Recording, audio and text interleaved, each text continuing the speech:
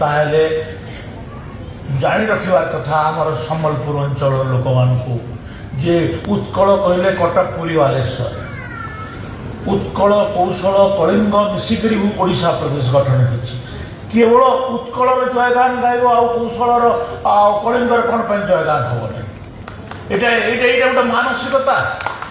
आमको तुम्हें शोषण करमर आमर अर्थ आमर खଣି आमर चाष आमर जंगल सबुथे तुम्हें आमको शोषण कल चाकरी बाकरी सबुथे आज तुम्हें से कल्चराली भी आमको एक्सप्लोट करने लगे तुम्हें चाहूँ एटा की कथा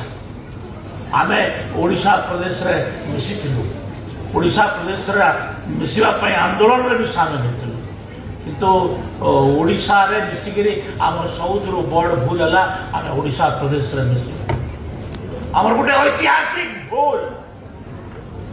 ऐतिहासिक भूल को आम बारंबार कहूँ तो आज